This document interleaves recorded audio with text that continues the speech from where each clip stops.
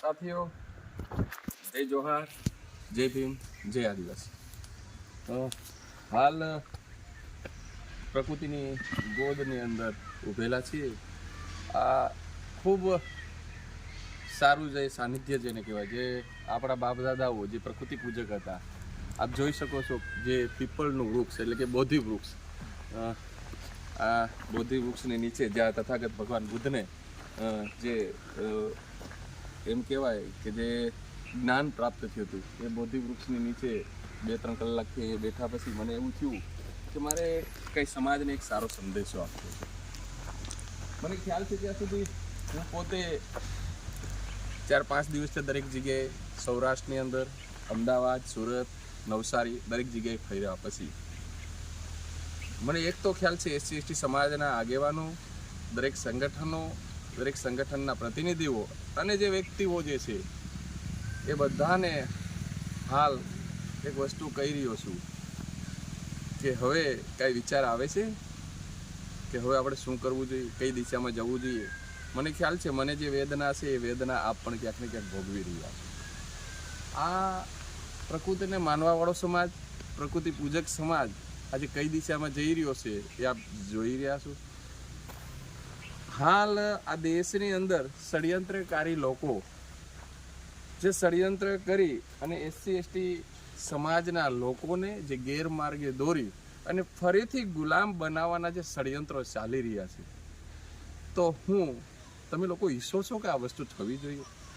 તો હું આ બધાને વિનંતી કરી રહ્યો છું કે ટૂંક જ સમયની અંદર અમે મેસેજ આપીએ છીએ કે ગુજરાતના દરેક સંગઠનો, દરેક વ્યક્તિઓ પોતાના સંગઠનવાદ, વ્યક્તિવાદ, પરંગણાવાદ, પેટા જ્ઞાતિવાદ અને વિચારવાદ જે છે એ બધું છોડી અને એક દિશા તરફ આપણે કેમ કામ કરવું એ બાબતથી થોડું વિચારવું જોઈએ. અને એ માટે થોડા સમયની જ અંદર એક મિટિંગ બોલાવવા જઈએ છીએ. જે મિટિંગની અંદર હું પોતે મારાથી શરૂઆત કરું છું. મારે કોઈની સાથે વ્યક્તિગત કોઈ વાંધા નથી. વૈચારિક નાના મોટી જે પ્રોબ્લેમો હોય તો એ પણ છોડવા માટે હાલ તૈયાર થવું પડશે. મને ખ્યાલ છે કે આ બધા જે હું જ વિચારી રહ્યો છું એવું વિચારી રહ્યા છું. તો થોડા સમયની અંદર, ખૂબ જ નજીકના સમયની અંદર આપણે ભેગા થઈએ. આપણા જે મતભેદો છે, જે મેં કીધું એમ સંગઠનવાદ છે, વ્યક્તિવાદ છે, વિચારવાદ છે, પરંગણાવાદ છે, પ્રાંતવાદ છે અને નાની પેટા જ્ઞાતિવાદ છે, આ બધાથી ઉપર ઉઠી અને કાંઈક સારી દિશામાં આપણે પગલું ભરવું જોઈએ. નકર હાલની જે પરિસ્થિતિનો જે નિર્માણો થઈ રહ્યા છે એ નિર્માણોની અંદર ભારતીય સંવિધાન ખતરામાં છે, ભારતનું લોકતંત્ર ખતરામાં છે, લોકશાહી ખતરામાં છે. એમને બચાવવા માટે આવનારી પેઢીને જો ગુલામ ન બનાવ્યું હોય તો હાથ જોડીને રિક્વેસ્ટ કરું છું કે આપ બધા સમજદાર છો, આપ સમજી ગયા છો. જેટલું થાય એટલું વહેલું ભેગું થવાની કોશિશ કરીએ. SC ST સમાજ ફરીથી ગુલામ બનવા જઈ રહ્યો છે.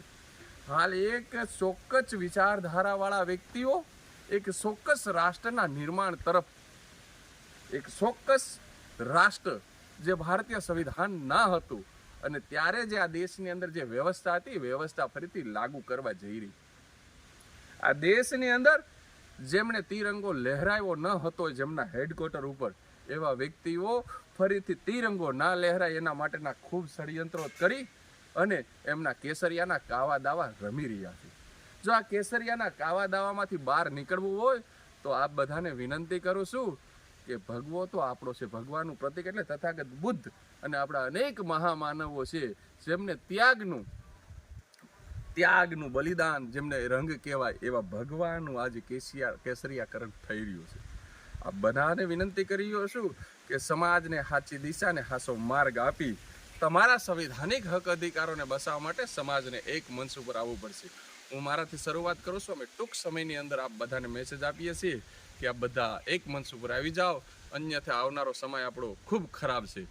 અમે ગામડે અત્યારે આપણા સમાજના આગેવાનોને મળવાની કોશિશ કરી રહ્યા છીએ કે કોઈ પણ હિસાબે સમાજ એક મંચ ઉપર આવે. જય જોહાર, જય આદિવાસી, જય ભીમ, જય સંવિધાન, જય ભારત.